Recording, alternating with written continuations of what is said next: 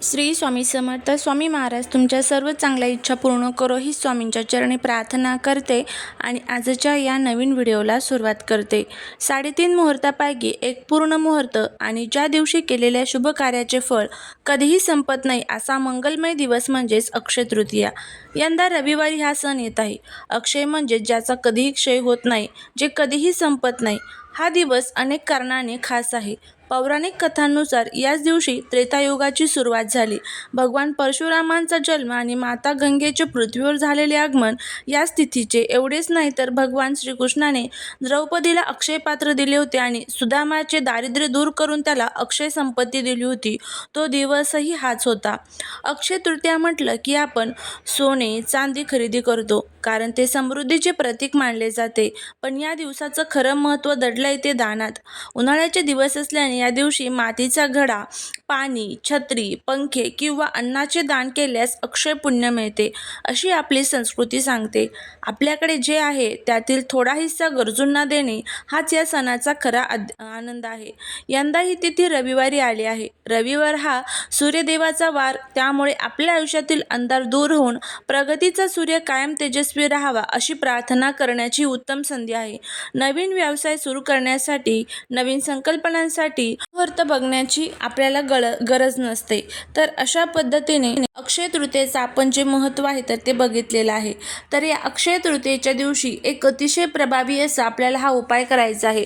हा उपाय जर आपण केला तर आपल्या घरात चहूबाजूने पैसा येईल, दारिद्र्य संपेल, घरामध्ये सुख, शांती, समृद्धी नांदेल, अखंड लक्ष्मी प्राप्ती होईल, नकारात्मक शक्ती ज्या आहेत त्या नष्ट होतील, घराची, पतीची, मुलांची भरभरून प्रगती होईल.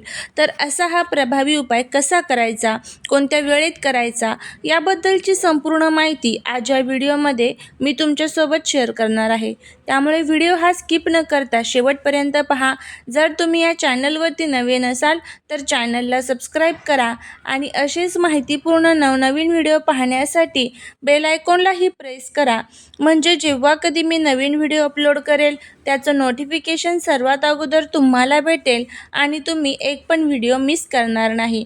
त्याचबरोबर कमेंटमध्ये जय माता लक्ष्मी लिहायला अजिबात विसरू नका, जेणेकरून माता लक्ष्मीची तुमच्या कुटुंबावर, मुलांवर अगदी भरभरून अशी कृपा होईल. हा दिवस खऱ्या अर्थाने शुभ फलदायी ठरावा यासाठी आपल्या शास्त्रात काही नियम सांगितले आहेत.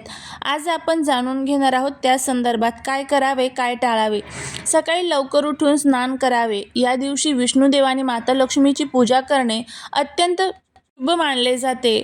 त्यांना पिवळी फुले, तुळशी पाने अर्पण करावी. अक्षय तृतीयेला दानाचा दिवस आहे, त्यामुळे दान आवर्जून करावे. शक्य असल्यास सोने चांदीची खरेदी करावी. जर ते शक्य नसेल तर घरातील स्वयंपाकघरासाठी नवीन भांडे किंवा एखादी छोटी वस्तू घेणेही शुभ मानले जाते. आपल्या पूर्वजांचे स्मरण करून त्यांच्या नावाने तर्पण किंवा दान केल्यास त्यांचा आशीर्वाद अक्षय राहतो. नवीन व्यवसाय, नवीन नोकरी किंवा कोणत्याही चांगल्या कामाची सुरुवात करण्यासाठी हा दिवस सर्वोत्तम मानला जातो. या दिवशी काय टाळावे? अक्षय तृतीयेच्या दिवशी मनात कोणाबद्दलही वाईट विचार आणू नका, कोणाशीही वाद घालू नका किंवा अपशब्द बोलू नका, कारण या दिवशी जे आपण पेरतो तेच अक्षय होते. या दिवशी मांसाहार किंवा मद्यपान करणे टाळावे. सात्विक आहार घेण्यास मन शांत ठेवावे. या दिवशी कोणाकडूनही कर्ज घेऊ नका. कर्ज मानले जाते की अक्षय तृतीयेला घेतलेले कर्ज लवकर फिटत नाही आणि आर्थिक ताण वाढू शकतो. हा दिवस लक्ष्मीच्या आगमनाचा असतो, त्यामुळे संध्याकाळच्या वेळी घर पूर्णपणे अंधारात ठेवू नका. उंबरठ्यावर दिवा लावा आणि घर स्वच्छ ठेवा. जुगार खेळणे किंवा कोणाची फसवणूक करणे यासारख्या गोष्टींपासून दूर राहा, अन्यथा त्याचे वाईट फळही अक्षय मिळू शकते. अक्षय तृतीया हा केवळ सोने खरेदीचा सण नसून तो पुण्य कमावण्याचा दिवस आहे. तुमची भक्ती, तुमचे दान तुमच्या आयुष्यात सुख समृद्धी घेऊन येत असते. त्यामुळे ह्या सर्व गोष्टी आपल्याला पाळायच्या आहेत, काही टाळायच्या आहेत. आणि त्याचबरोबर या दिवशी काही उपाय केल्याने शास्त्रानुसार केवळ आर्थिकच नाही तर मानसिक आणि आध्यात्मिक फायदेही मिळतात. या उपायामुळे महालक्ष्मी आणि विष्णूमुळे आपल्याला धनप्राप्ती होत असते. त्याचबरोबर पितृदोषापासून मुक्ती मिळत असते.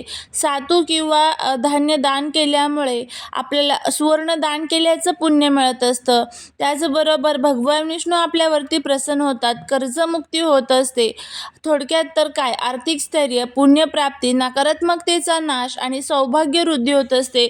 त्यामुळे हे प्रभावी उपाय या दिवशी करणं खूप गरजेचं असतं. तर तुम्हाला काय उपाय करायचा आहे? 11 लवंग घ्यायच्या आहेत, तुटलेल्या फुटलेल्या नको. आपल्या हातामध्ये घ्यायच्या. 11 वेळेस महालक्ष्मी अष्टकमचं पठण करायचं.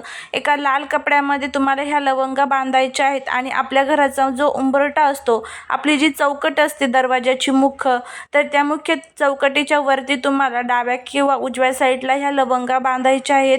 असा हा प्रभावी उपाय आपल्याला या दिवशी करायचा आहे. या उपायामुळे सर्व वाईट शक्ती, नकारात्मकता जी आहे तर ती नष्ट होते. देवी लक्ष्मीला लवंग ह्या खूप प्रिय असतात आणि त्यामुळे देवी लक्ष्मी आपल्यावरती प्रसन्न होते. त्याचबरोबर या दिवशी काही प्रमुख चुका ज्या आहेत तर त्या आपल्याला टाळायच्या आहेत. आपण सर्वच जण या दिवशी काय खरेदी करायचं आणि काय दान करायचे याचे नियोजन करतो. पण तुम्हाला माहीत आहे का, या दिवशी तुम्ही उपाशी राहिलात तरी चालेल, पण अजिबात खाऊ नका या 3 भाज्या. नाही तर 99% लोकांना हे माहीत नाही. या चुकीमुळे लक्ष्मी माता घरातून काढता पाय घेते, दारिद्र्य येते. तर चला त्या संदर्भातच माहिती घेऊया. तर बघा, अक्षय तृतीयेचा नियम आहे की या दिवशी तुम्ही जे काही कराल, चांगले किंवा वाईट, आणि जे काही ग्रहण कराल त्याचे फळ हे तुम्हाला अक्षय म्हणजेच कधीही न संपणारे मिळते. या दिवशी सतयुग आणि त्रेतायुगाचा प्रारंभ मानला जातो. शास्त्रानुसार हा दिवस अत्यंत सात्विक असतो. जर आपण या दिवशी तामसिक किंवा नकारात्मक ऊर्जा खेचणारे पदार्थ खाल्ले तर आपल्या शरीरातील आणि घरातील सकारात्मकता नष्ट होते. माता लक्ष्मीला स्वच्छता आणि सात्विकता प्रिय आहे. काही भाज्या शास्त्रात अशुद्ध किंवा तामसिक मानल्या गेल्या आहेत. या दिवशी त्या खाल्ल्याने घरात नकारात्मक लहरी वाढतात, ज्यामुळे लक्ष्मी प्रसन्न होत नाही. तर अशा कोणत्या ज्या भाज्या आहेत ह्या आपल्याला चुकूनही या दिवशी आपल्या घरामध्ये खायच्या नाही आहेत. आता त्या संदर्भात माहिती घेऊया. त्यामध्ये सर्वात पहिलं आहे ते म्हणजे कांदा आणि लसूण. अनेक जणांना वाटेल तर लसूण तर आपण रोज खातो, कांदाही रोज खातो, पण अक्षय तृतीया हा देवांचा आणि पितरांचा दिवस आहे. कांदा आणि लसूण हे तामसिक अन्नात येतात. पुराणानुसार त्यांची उत्पत्ती राहुकेतूच्या रक्तापासून झाली आहे. या दिवशी कांदा लसूण खाल्ल्याने मनात क्रोध आणि शरीरात आळस वाढतो, जो लक्ष्मीला अजिबात आवडत नाही. त्यानंतर पुढची जी भाजी आहे ती म्हणजे वांगी. शास्त्रात काही विशेष तिथींना वांगी खाणे निषिद्ध मानले गेले आहे. अक्षय तृतीयेच्या दिवशी वांगी खाल्ल्याने पुण्याचा क्षय होतो असे मानले जाते. विशेषतः धार्मिक कार्यात वांगी वर्ज्य असतात, कारण ती पचायला जड आणि उष्ण प्रकृतीची असतात, जी या दिवसात शांत आणि सात्विक ऊर्जेशी जुळत नाही. तिसरं आहे ते म्हणजे कोबी किंवा त्याचबरोबर मुळा आणि माठ. उन्हाळ्याच्या या दिवसात आणि विशेषतः अक्षय तृतीयेला अनेक ठिकाणी मुळा किंवा विशिष्ट पालेभाज्या खाणे टाळले जाते.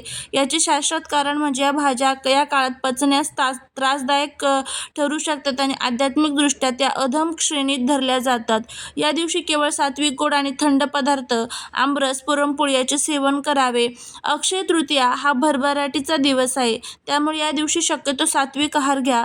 जर तुम्हाला उपवास जमला नाही तरी चालेल, पण या 3 गोष्टी ताटातून लांब ठेवा. लक्षात ठेवा, एक छोटीशी चूक तुमच्या वर्षभराच्या भाग्यावर परिणाम करू शकते. त्यामुळे स्वतःही सावध राहा आणि आपल्या मित्रपरिवारालाही हा व्हिडिओ शेअर करून सावध करा. जर तुम्हाला हा व्हिडिओ आवडला असेल तर नक्की चॅनलला लाईक, शेअर, सबस्क्राईब करा आणि तुम्हा सर्वांना अक्षय तृतीया